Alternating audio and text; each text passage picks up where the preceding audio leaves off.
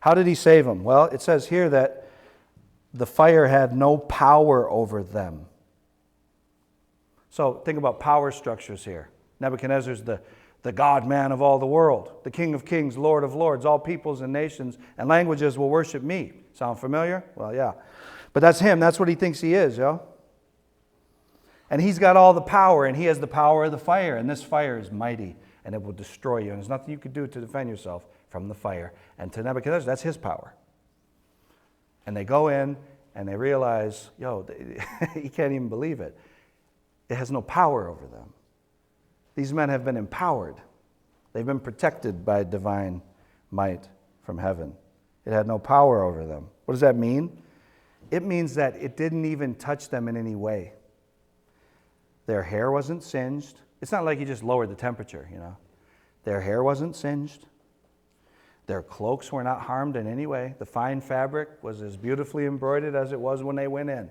There was not a thread out of place. And this one really is it. There was no smell of fire upon them.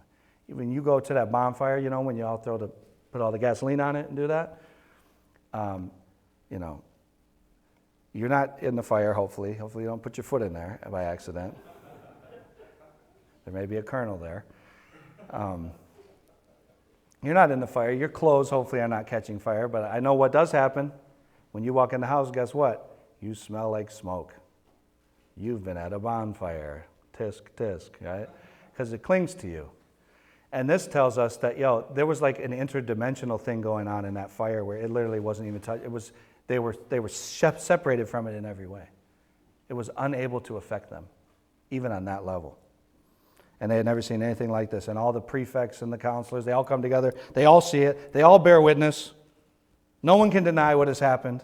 It's the most amazing thing ever. And because these guys weren't prideful going into it, because God didn't empower them to save themselves in some amazing way, which would be really cool, but because they were totally helpless and God saved them entirely on his own, he gets all the glory from that.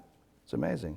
So when you find yourself in situations in life where you're done, you are toast, it's over. There is nothing you can do to make the situation work. You might be ripe for God's salvation. Because when he saves in that way, he gets all the glory. All the glory.